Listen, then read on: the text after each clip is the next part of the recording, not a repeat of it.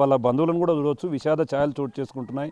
అమ్మ ఏంటమ్మా ఈరోజు ఇట్లా జరిగిందని దీని మీద మీరు ఏం చెప్పాలనుకుంటున్నారు? మేమేం చెప్పాలనుకుంటే మా పిల్లలు ఎట్లా పోయారో వాళ్ళు అట్లా పోవాలి. మా కళ్ళకి కనిపించద్దు. మా ఆస్తి కోసమే మా పిల్లలు చంపేసారు. మాకు ముగ్గురు పిల్లలు, మా ముగ్గురు పిల్లల కోసమే మేము కష్టపడి సంపాదించుండు. మా అన్న రాత్రి అనక పగలనక కష్టపడి నీళ్ళ కోసం కొట్టి తిండి లేక ఆర్డర్ వచ్చిందంటే తిండి లేకుండా వెళ్ళిపోయేవాడు మా అన్న. మా అన్న అట్లోటి వాడిని ఎలా రోడ్డు మీద చేసింది. మా అన్నని అట్లా చేసిన వాళ్ళు ఉండొద్దు, మాకొద్దు. వాళ్ళు మాలాకనే కావాలి అంతే. చూస్తున్నాం మరికొంతమంది కూడా ఉన్నారు, వాళ్ళకి సంబంధించినటువంటి బంధువులు కూడా. అన్న ఏంటన్నా అంతా విషాద ఛాయలు చోటు చేసుకున్నాయి, మొత్తంగా మీరు ఏమవుతారు అసలు ఏంది దీనికి సంబంధం? నేను ఇంతకుముందు కానే ఉన్నా, 4-5 సంవత్సరాల దగ్గర తానే ఉన్నాక కొద్దిగా ప్రాబ్లాల వల్ల ఇంటికి నేను వచ్చినాక అప్పుడోసారి ఏమన్నా ప్రాబ్లం అయితే బండి గిట్ల ప్రాబ్లం అయితే నాకు ఫోన్ చేసేది. ఏమున్నా కానీ మా అన్న ఏదైనా ఫేస్ టు ఫేస్ చెప్పేది. అలా గిట్ల అయింది రా, దారా ఇడికి రారా అంటే పోయి చేసి వచ్చేది. బేరింగ్లు పోయినా కానీ ఒకటి పోయినా ఒక్కొనికి ఇబ్బంది కాకూడదని పోయేది. అట్లా చేసినాం. ఇంకా 2 రోజులు మా అన్న ఎప్పుడైనా మాట్లాడేది, పొద్దుగాల మాట్లాడేది, సాయంత్రం మాట్లాడేది. మాకైతే ఫోన్ చేసేది, ఎట్లుర్రా బావుర్రా, ఊళ్ళు ఎట్లుర్రా అది ఇది అని మాట్లాడేది. ఆడికైనా కానీ అట్లా మాట్లాడినా కానీ అన్న బావుర్రా మీరు అని నేను మాట్లాడినాను. ఆ రోజు పొద్దుగాల చేసిన, సాయంత్రం చేసిన. ఆ రోజు కూడా అడిగితే బాగానే ఉన్నారా మేము అని అన్నాను. ఇంకా ఇంతలో ఇంకా నాకు 3 గంటలకు ఫోన్ వచ్చింది. మా అన్న కూడా వేయలే, పక్కనున్న ఆయన సారు గిట్ల సంగతి అయిందా, మీ అన్న పిల్లలు అందరూ చనిపోయారు, మీ అయినా సావు బతుకులు ఉంది అంటే ఎక్కడ ఏ హాస్పిటల్ సార్ అంటే బిరంగూడెం కాడ కమ్మన్ కాడ అంటే ఆడికి పోయినాను నేను పైసలు తీసుకొని అమౌంట్ తీసుకురారా నా దగ్గర లేవు, నేను ఇట్లున్న ప్రాబ్లాలలో అంటే సరే సార్ వస్తున్నాని అమౌంట్ తీసుకొని పోయినా. అమౌంట్ తీసుకుపోయినా నేను పిల్లల దగ్గరికి ఏం పోలే, హాస్పిటల్లోనే ఉన్నా. హాస్పిటల్ ఉండి డైరెక్ట్ పోయేదాడివే ఒక 10 నిమిషాలు బయట వాడ మన దగ్గర ఏమైందన్నా, ఏం ప్రాబ్లం, ఎందుకు ఇట్లా అయింది అని అడిగినున్నా. అడిగితే అరే గిట్ల సంగతి అయిందిరా, నేనైతే లేకున్నా, నేను చందనగర్ టిప్పేయనికే పోయినున్నా, అన్నం తిన్న 9 గంటలకు అన్నం తిని గిట్లా పోయినున్నారా, నేను చందనగర్ పోయినున్నా, నాకైతే తెలియదు అని చెప్పిండు. అట్లా చెప్పినాక మరి చందనగర్ పోయి వచ్చినాక మరి చూసుకోలే అని అంటే వాళ్ళు అన్నారు గారా పడినప్పుడు మనం ఎప్పుడు లేపలేదు, ఒకసారి లేపితే మళ్ళీ డౌట్ ఎందుకు చెప్పు అని పన్నారు. ఇంకా మేము పోయినా పక్కన పోయినా బుజ్జి పక్కన పోయినా అన్నాను. నాకు మరి గిట్ల ఎట్లా అయింది, లాస్ట్కి వస్తే గిట్ల ఎట్లా అయిందని మరి అన్న గిట్లా రాలేదంటే ఇట్లా సంగతి ఎవరికి తెలియదు, ఇట్లా వచ్చారు సాధించినట్టు ఇట్లా పెట్టిర్రు, పిల్లలు పోయి పట్టుకుంటే పిల్లగాని లేపినా కానీ ఏ పిల్లగాడు అందరు బిగ్గత అయిపోయిర్రా. ఇంకా ఓడితే ఇంకా పక్కన ఉన్న వాళ్ళు వచ్చి ఇట్లా కారు తీసుకుపోయి వేసేసిర్రు, తీసుకుపోయి హాస్పిటల్లో జాయిన్ చేసిర్రు. ఆ సారే కట్టి నా దగ్గర రూపాయి లేకున్నా ఆ టైంలో ఆ సారే ఇప్పుడు జాయిన్ చేసేటప్పుడు అమౌంట్ కట్టాలి కదా సార్, లేకపోతే కట్టకపోతే ఆ అమౌంట్ కట్టడానికి కూడా ఆ సారే కట్టి నా దగ్గర లేకున్నాయి రా అని అన్న. అంటే సరే ఇంకా నేను వదిన దగ్గరకు పోయేస్తాను, వదిన దగ్గరకు వచ్చి ఏం మాట్లాడతాను అంటే ఇంకొక పోరన్న మా బామ్మర్ది గాడు వాళ్ళ అమ్మ అదొకటి మాట్లాడింది. ఆయనే తోలుకపోయినా వాళ్ళ అమ్మ మాట్లాడినందుకు మా తప్ప మా అన్న తప్ప అని. మా అన్న తప్పు చేస్తే నాకు అప్పుడే ఏదైనా చెప్పేది, మాకు ఏ నోట్లో ఉంచుకోడు, పాటు చెప్తూనే ఉంటాడు. పోయి ఆయన తోలుకొని పోయినా. ఆమె అడిగిండు ఏమైందమ్మా అది ఇదని అడిగిన, మంచితనంగా అడిగితే ఏం కాలే, ఏం తిన్నావమ్మా అని అడిగితే నేనన్నా పోయిందే మా అన్న గిట్ట నిన్ను ఏమన్నా బాధ పెట్టిందా అమ్మ, ఇట్లా చేయడం ఏందమ్మా అని అడిగిన. అంటే ఏం తినలే నాయన, పెరుగు వేసి తినబెట్టిన. మరి మా అన్నకి ఎట్టినావా అని అడిగిన. మా అన్నకి ఎట్టినావా అంటే మీ అన్నకు నేను పెట్టలేదు, నైట్ బండి కోతాడు కదా, మీ అన్నకు నేను ఏం పెట్టలేదు పప్పు వేసి పెట్టినా అని అన్నాడు. పప్పు వేసి పెట్టింది ఆమెనే, పెరుగు తినబెట్టింది ఆమెనే.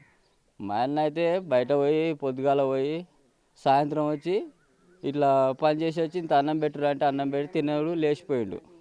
పుట్టిదానికి మా ఆయనను బదలాం చేసి ఆ 2-3 రోజులు నరకం అనుభవించినాం.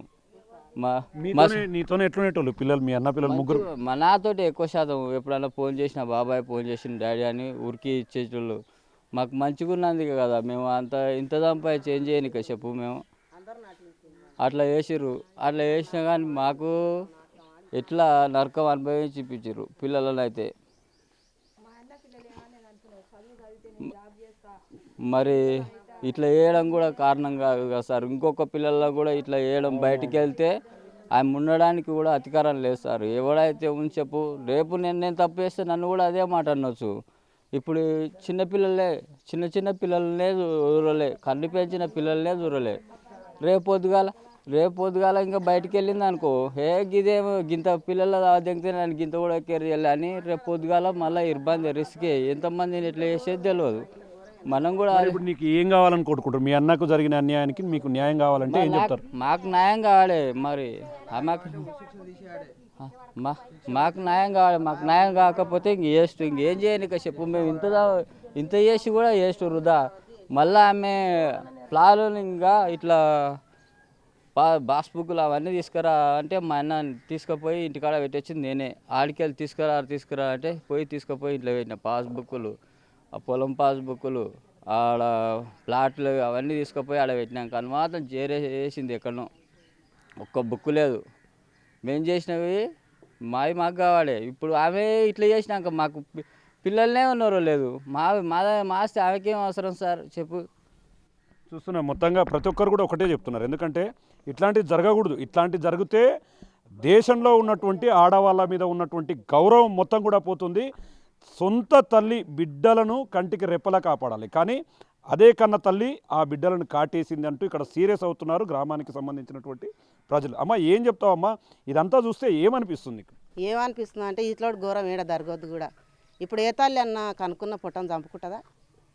19 నెలలు మోసి కానీ పిల్లలు లేకుండా దవాఖాన కోతురు, హాస్పిటల్ కోతురు, డబ్బులు పెట్టి కొనుక్కొచ్చురు, లచ్చలు పెట్టి కొనుక్కొచ్చుకుంటారు. లేనోళ్ళు లచ్చలు పెట్టి కంటికి పుట్టే డేట్స్ కొనుక్కొచ్చుకుంటారు. 9 నెలలు మోసి కానీ ఉప్పు తిని, కారం తిని, నెరపోడు తిని, ఉడికి నీళ్ళు తాగి, సన్నీళ్ళు తాగి ఘోరంగా చంపుకున్నట్టు ఉండరాయనన్న. తండ్రి చూసాడాయనన్న. ఇప్పుడు పొద్దున్న లేచా తండ్రి వచ్చి నువ్వు తిన్నావా బిడ్డ? తినలేదు నాయన అని అడుగుతారా? మీరు పొద్దుగాలు ఇప్పుడు ఇక్కడికి వచ్చిర్రు, మీ పిల్లలకి ఏం పెట్టేది మీకు తెలుసా? మీ భార్యకి ఏమైనా తెలుసా? మీరు నీ భార్య మీద నమ్ముకొని వచ్చినావు, ఇద్దరు కలిసి కన్నారు.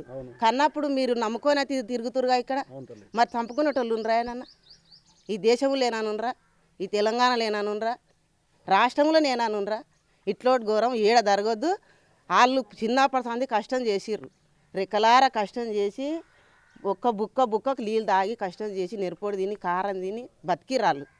బతికిన వాళ్ళను ఇలా వీళ్ళ బతుకుదేరు లేదని ఊరికి కొయ్యరు. 6 మంది అన్నదమ్ములు, ఒక చెల్లెలు. బతుకుదేరు లేదు, అందరూ ఒకతానంటే ఎట్లా బతుకుతామని నెత్తికోదికి పిటెల్లేక లేచిపోయారు, బతుకుతుర్రు. బతికిన వాళ్ళని నీవు ఆల అని కర్మ తీరి పెద్ద పిల్లని చనిపోయింది, కనలేక చనిపోయింది. తల్లిగారే వేసుకొచ్చిర్రు, బొంద పెట్టిర్రు. ఒకవేళ గిడ పిల్లగాడు ఉన్నాడు, గడ పిల్లు ఉందమ్మా, ఫలానా చోట నా పిల్లు ఉందా అంటే నీ ఆ సోటలు నా సోటలు గిడుని చేసుకుంటాం అని అడుగుతాం. అడిగితే ఇట్లా 2వ సంబంధం అంటామా, ఎట్లిస్తాము, ఏమన్నా ఆస్తిని ఇస్తామని చెప్తారు. చెప్తే అయితే నేను నారెక్కల కష్టమే నేను సంపాదించుకున్నది, అది అందులోకెళ్ళి ఇంత చేస్తా వీరి పిల్లని అని అడిగిండు. అడిగితే మంచిగానే ఉన్నది. అందరం పెద్దలం పోయినాం, మాట్లాడినాం, కూర్చున్నాం, పెళ్లి చేసినాం. నలుగుట్లో కూర్చొనే మాట్లాడినాం. కానీ దొంగ పెళ్ళి అయితే చేయలేగా, నీకు లవ్ మ్యారేజ్ అయితే చేసుకోలేగా, ఓ చెట్లలో కూడుకరాలేగా. నువ్వు ఇవాళ ఇంత ఘోరం చేసినావు అంటే నాకు 50 ఏళ్ళ మొగం చేసినావు అని తల్లిని అడుగుతుంది. మరి ఆయన ఎక్కడ పోయింది తెలివి?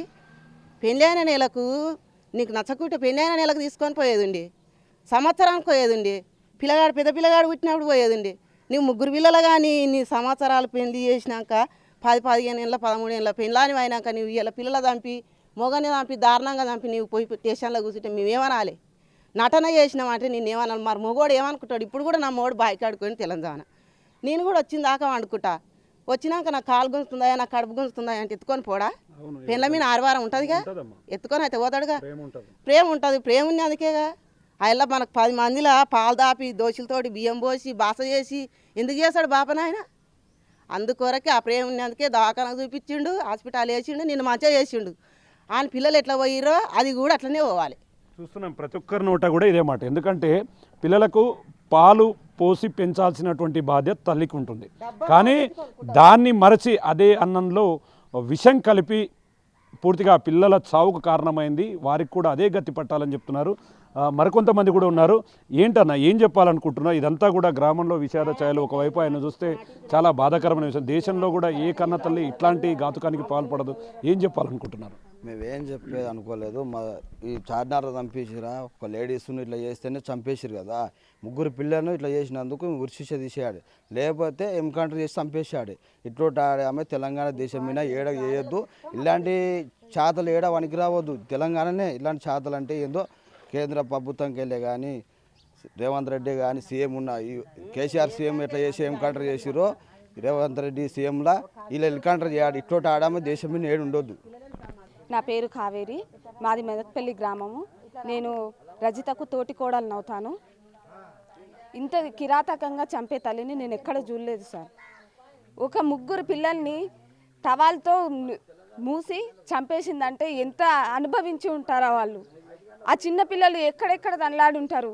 ఆ చీకటి గదిలో ఎంత అరిసుంటారు. తలపెట్టుకొని ఇంత ఘోరంగా చేసే తల్లిని నేను ఎక్కడ చూడలేదు. చిన్న చిన్న పిల్లలు నీ కళ్ళ ముందల పుట్టిర్రు, నీ కడుపు తెంచుకొని పుట్టిర్రు. అట్లాంటి పిల్లల్ని ఎట్లా చేయాలనిపించింది మీకు? ఏదైనా భార్య భర్తల సమస్య ఉంటే భార్య భర్తల మధ్యలోనే తెగిపోవాలి. ఆ చిన్న పిల్లలు ఏం చేసిర్రు?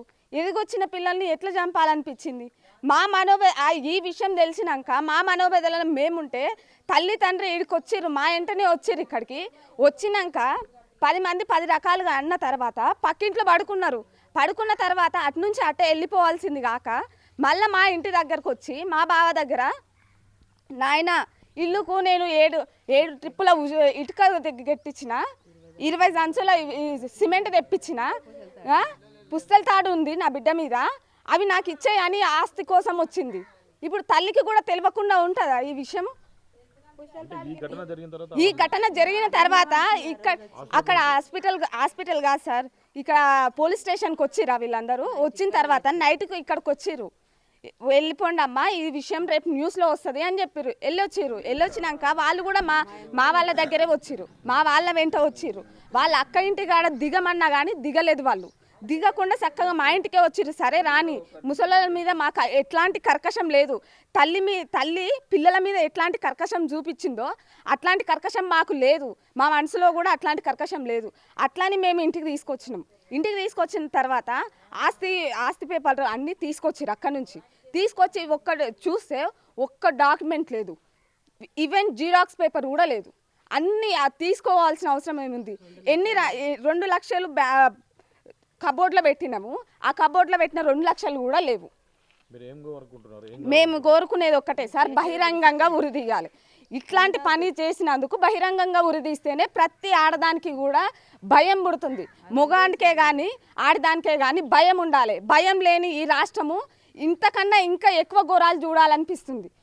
ఎన్ని ఘోరాలు చూస్తామో ఇంకా ముందు. తను వెళ్ళక ఆస్తి తీసుకువెళ్ళినా మాకు బాధ లేదు. పిల్లలను మాకు మిగిలిచ్చుంటే 6 మంది పొత్తులా ఎంత సంతోషంగా పెరిగేది వాళ్ళు. తనకు పొట్ట బాధను మిగిలిచ్చింది. అది ఇంకేంటిది, పిల్లలు లేని ఆవేదనతో తను ఉంటే తన తల్లి వచ్చి ఇట్లాంటి మాటలు మాట్లాడడం ఇది ఎంతవరకు న్యాయం సార్? మీరే చెప్పండి. ఇటుకేసిన, సిమెంట్ వేసిన, పుస్తల తాడు ఉంది, ఈ 3 నాకు ఇయ్యి నాయన అని వచ్చింది మా దగ్గరికి. మళ్ళీ నిన్న వీళ్ళు ఫ్లాట్ దగ్గరికి వెళ్తే ఆ ఫ్లాట్ దగ్గరకి కూడా వెళ్ళింది ఆమన్గల్లో. మళ్ళీ వీళ్ళు చూసేసరికి నక్కి దాక్కొని వెళ్ళిపోవాల్సిన అవసరం ఏముంది? ఇప్పుడు ఈ విజువల్స్ అన్నీ చూస్తే మా ఆస్తి కోసం తప్ప పిల్లల మీద, తన తండ్రి మీద ఎట్లాంటి ఫీలింగ్స్ లేవు సార్ తనకి. నా పేరు లక్ష్మీదేవి, మెదక్పల్లి గ్రామం మాది. చెన్నయ్య ఇక్కడ మాకు చాలా రోజుల సంది తెలుసు. మంచి మనిషి అతను, అందరికీ ఏ ఆపత వచ్చినా ఆదుకుంటాడు అతను. హైదరాబాద్ పోయినాక, హైదరాబాద్ ఉన్నా కూడా ఏ ఆపత వచ్చిందన్న ఊళ్ళోళ్ళకు మస్తు ఆదుకునేది. పెళ్ళి చేసుకొని అటు పోయినాక ఇక ఆమె ఎట్లున్నారో ఏం కథనో మాకు తెలియదు, కానీ పిల్లగాడైతే చాలా మంచోడు చెన్నయ్య. ఆ పిల్లలను చంపిండంటే అది మాకు చాలా బాధ అవుతుంది. 3 పిల్లల చంపిందంటే అసలు లోకం మీదనే ఇట్లా లేదు. ఆ పిల్లలని ఏంటి గురించి చంపింది? ఆ పిల్లలు ఇడిచిపెట్టి అది పోయినా మాకు బాధ లేకపోవు, పోయేది ఉండే. అది పిల్లలు ఇడిచిపెట్టి పోయేది ఉండే. ఆ పిల్లల గురించి మస్తు బాధపడుతున్నాము. ఆ పిల్లలను ఎట్లా చంపింది, ఏం చేసింది అనేది మాకు ఇంకా అంతు దొరుకుతలేదు. అది ఏం పెట్టి చంపింది, ఏమి సందెచ్చి చంపింది, అట్లాంటి ఆడదాన్ని మేము ఎక్కడ చూడలేదు. దాన్ని ఉరిదీయిర్రి, దాన్ని ఉంచనే వద్దు అసలు. దాన్ని చూసి ఇంకో ఆడది కూడా నేర్చుకుంటుంది. దానికి ఆస్తి కావాలనుకుంటే, ఎవడన్నా దానికి మిండెడు కావాలనుకుంటే ఆయన ఇంకా పోయేది ఉన్నది. కానీ ఇప్పుడు పిల్లల చంపితే ఏమొచ్చింది ఆమెకు? దానికి ఇష్టం ఉంటే భర్తను కూడా చంపాలనుకున్నది. భర్త ఏం చేసిండు? భర్త పోయే వరకల్లా ఎక్కడ సఖిగాక పిల్లల చంపింది.